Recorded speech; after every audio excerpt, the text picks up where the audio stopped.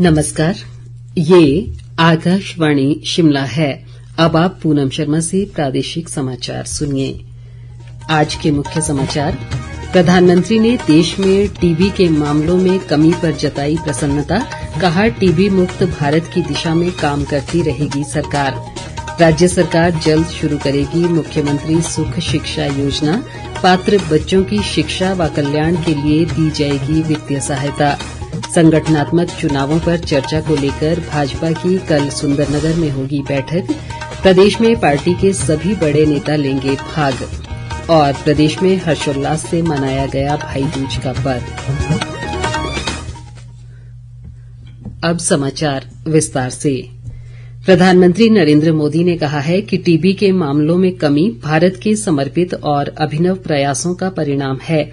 देश की प्रगति की सराहना करते हुए उन्होंने आज सोशल मीडिया पोस्ट में कहा कि सामूहिक भावना के माध्यम से सरकार टीबी मुक्त भारत की दिशा में काम करती रहेगी। नरेंद्र मोदी ने कहा कि सरकार टीबी मुक्त भारत बनाने की प्रतिबद्धता में दृढ़ है। विश्व स्वास्थ्य संगठन के अनुसार भारत में 2015 से 2023 तक टीबी के मामलों में 17.7% की कमी दर्ज की गई है। ये दर वैश्विक गिरावट 8.3% से दोगुनी से भी अधिक है। इससे पहले सोशल मीडिया पोस्ट में जानकारी साझा करते हुए केंद्रीय स्वास्थ्य मंत्री जगत प्रकाश नड्डा ने इस बात पर जोर दिया कि टीबी की रोकथाम और नियंत्रण भारत के परिवर्तनकारी दृष्टिकोण को दर्शाती है। नड्डा ने उल्लेख किया कि सरकार ने टीबी रोगियों को आवश्यक पोषण सहायता प्रदान करने के लिए निक्षय पोषण योजना जैसी प्रमुख पहल करके राष्ट्रीय टीबी उन्मूलन कार्यक्रम का विस्तार व सुदृढ़ीकरण किया है। राज्य सरकार जल्द ही मुख्यमंत्री सुख शिक्षा योजना शुरू करेगी। मुख्यमंत्री सुखविंदर सिंह सुक्खू ने आज शिमला में बताया कि इस योजना के तहत विधवा, बेसहारा, तलाकशुदा महिलाओं और विकलांग माता पिता को उनके बच्चों की शिक्षा व कल्याण के लिए वित्तीय सहायता प्रदान की जाएगी। उन्होंने बताया कि पात्र महिलाओं और विकलांग माता पिता को 18 वर्ष से कम आयु के बच्चों की शिक्षा, स्वास्थ्य और पोषण संबंधी खर्चों के लिए 1,000 रुपए का मासिक अनुदान दिया जाएगा। इसके अलावा उच्च शिक्षा, डिप्लोमा या व्यावसायिक पाठ्यक्रमों में प्रवेश पाने वाले बच्चों को ट्यूशन और छात्रावास के खर्च के लिए भी राज्य सरकार वित्तीय सहायता प्रदान करेगी। मुख्यमंत्री ने कहा कि इस योजना का लाभ उठाने के लिए स्थानीय बाल विकास परियोजना अधिकारी के पास आवेदन किया जा सकता है। इस बीच मुख्यमंत्री ने आज सुबह किन्नौर जिले के कल्पा में लोगों की समस्याएं सुनी और अधिकांश का मौके पर ही निपटारा किया। उन्होंने अधिकारियों को लोगों की शिकायतों का निपटारा प्राथमिकता के आधार पर करने के निर्देश दिए। सुखविंदर सिंह सुक्खू ने कल्पा में बालिका आश्रम का दौरा किया और बालिकाओं से बातचीत की। उन्होंने कहा कि अनाथ व विशेष रूप से सक्षम बच्चों के कल्याण के लिए राज्य सरकार कृत संकल्प है और उनकी देखभाल व शिक्षा के लिए हर संभव सहायता प्रदान की जा रही है। मुख्यमंत्री ने किन्नौर के उपायुक्त को समय समय पर बालिका आश्रम का औचक निरीक्षण करने के निर्देश दिए ताकि बच्चों की सभी समस्याओं का समय पर निवारण हो सके।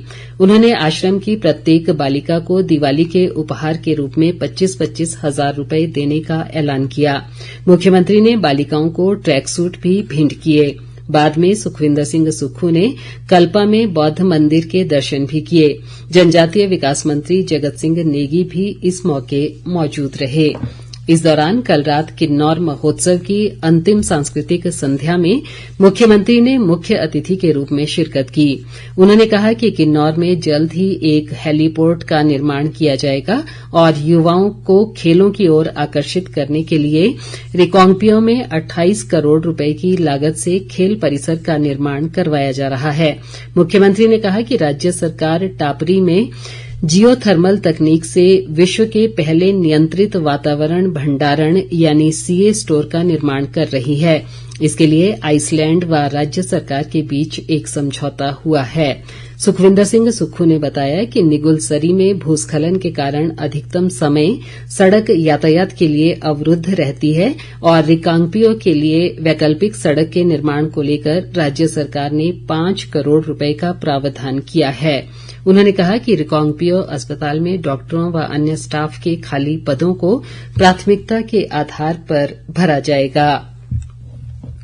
शिक्षा मंत्री रोहित ठाकुर ने आज शिमला जिले के जुब्बल कोटखाई क्षेत्र की नकराड़ी पंचायत में 33 लाख रुपए से बने पंचायत भवन का लोकार्पण किया।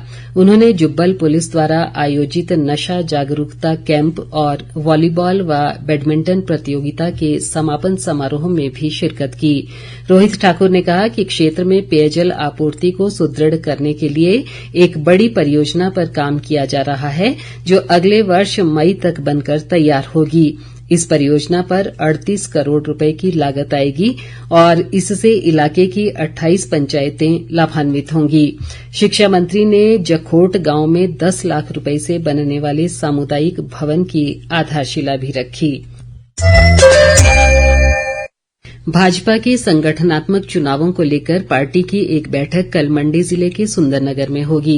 पार्टी के प्रदेश उपाध्यक्ष संजीव कटवाल ने बताया कि भाजपा की राष्ट्रीय उपाध्यक्ष रेखा वर्मा और प्रदेश पार्टी प्रभारी श्रीकांत शर्मा बैठक में विशेष रूप से मौजूद रहेंगे। इसके अलावा प्रदेश पार्टी अध्यक्ष राजीव बिंदल, विपक्ष के नेता जयराम ठाकुर, संगठनात्मक चुनाव अधिकारी राजीव भारद्वाज, सभी सांसद और पार्टी के अन्य पदाधिकारी बैठक में भाग लेंगे। कटवाल ने बताया कि प्रदेश में प्राथमिक सदस्यता और सक्रिय सदस्यता अभियान के अलावा संगठनात्मक चुनावों पर भी इस बैठक में चर्चा की जाएगी। उन्होंने कहा कि अगले 2 महीने में प्रदेश में बूथ, मंडल और जिले के चुनाव संपन्न किए जाएंगे। पूर्व केंद्रीय मंत्री और सांसद अनुराग सिंह ठाकुर ने कहा है कि प्रदेश में कांग्रेस सरकार के आर्थिक कुप्रबंधन के कारण अर्थव्यवस्था खस्ताहाल है और प्रदेश केंद्र की योजनाओं के सहारे चल रहा है। अनुराग ठाकुर ने कहा कि राज्य सरकार जनभावनाओं व अपने वायदों पर खरा नहीं उतर पाई है और जनता ठगा सा महसूस कर रही है। उन्होंने कहा कि सत्ता में आने से पहले कांग्रेस पार्टी ने बड़े बड़े वायदे किए थे, लेकिन आज कांग्रेस सरकार उन्हें भुला चुकी है। पूर्व केंद्रीय मंत्री ने कहा कि कांग्रेस सरकार के आर्थिक कुप्रबंधन के चलते प्रदेश 96,000 करोड़ रुपए के कर्ज में डूब गया है और सरकार फिजूलखर्ची को बढ़ावा दे रही है। भाई बहन के पवित्र प्रेम का प्रतीक त्योहार भाई दूज आज प्रदेश भर में हर्षोल्लास से मनाया गया। दीपावली के 2 दिन बाद मनाया जाने वाला ये पर्व 5 दिवसीय उत्सव के अंत का प्रतीक है। कार्तिक मास के शुक्ल पक्ष की द्वितीया तिथि को मनाए जाने वाले इस पर्व को यम द्वितीया भी कहते हैं। बहनों ने अपने भाइयों के माथे पर तिलक लगाया और उनकी दीर्घायु व स्वस्थ जीवन की कामना की। राज्य पथ परिवहन निगम की बसों में हर वर्ष की तरह आज महिलाओं के लिए निःशुल्क सफर की सुविधा दी गई। भारतीय रेलवे त्योहारों के दौरान यात्रियों की सुविधा के लिए विशेष रेलगाड़ियां चला रहा है। केंद्रीय रेल और सूचना व प्रसारण मंत्री अश्विनी वैष्णव के निर्देश पर छठ पूजा के लिए 145 अतिरिक्त रेलगाड़ियां 2 से 8 नवंबर तक चलाई जा रही हैं। इस प्रकार प्रतिदिन लगभग 2 लाख अतिरिक्त यात्रियों के लिए रेल यात्रा सुगम बनाई जा रही है। रेलवे ने त्योहारों के दौरान 1 अक्टूबर से 30 नवंबर के बीच 7,000 से अधिक विशेष रेलगाड़ियों की व्यवस्था की है। इस दौरान 1 करोड़ से भी अधिक यात्रियों का आवागमन सुनिश्चित होगा। प्रदेश भाजपा अध्यक्ष राजीव बिंदल ने राज्य सरकार पर अपनी गारंटियों से मुकरने और लोगों से धोखा करने का आरोप लगाया है। उन्होंने कहा कि कांग्रेस पार्टी की झूठी गारंटियां एक एक करके धराशायी हो रही हैं और कांग्रेस हाईकमान भी राज्य सरकार के झूठ को समझ चुका है। बिंदल ने कहा कि पिछले लगभग 2 वर्ष के कार्यकाल में राज्य सरकार हर मोर्चे पर विफल रही है और जनहित में सरकार ने एक भी काम नहीं किया है। मुख्य सचेतक केवल सिंह पठानिया ने आज टांडा मेडिकल कॉलेज में मरीजों को फल व जूस वितरित किया। उन्होंने उपचाराधीन मरीजों का कुशलक्षेम पूछा और उन्हें दी जा रही सुविधाओं के बारे में जानकारी हासिल की। केवल सिंह पठानिया ने कहा कि सरकारी अस्पतालों में कैंसर रोगियों के उपचार के लिए राज्य सरकार द्वारा 42 दवाइयां निशुल्क दी जा रही हैं और इन्हें राज्य की अनिवार्य दवा सूची में शामिल किया गया है। अंत में मुख्य समाचार एक बार फिर। प्रधानमंत्री ने देश में टीबी के मामलों में कमी पर जताई प्रसन्नता। कहा, टीबी मुक्त भारत की दिशा में काम करती रहेगी सरकार। राज्य सरकार जल्द शुरू करेगी मुख्यमंत्री सुख शिक्षा योजना। पात्र बच्चों की शिक्षा व कल्याण के लिए दी जाएगी वित्तीय सहायता। संगठनात्मक चुनावों पर चर्चा को लेकर भाजपा की कल सुंदरनगर में होगी बैठक। प्रदेश में पार्टी के सभी बड़े नेता लेंगे भाग और प्रदेश में हर्षोल्लास से मनाया गया भाई दूज का पर्व। इसी के साथ ये समाचार बुलेटिन समाप्त हुआ।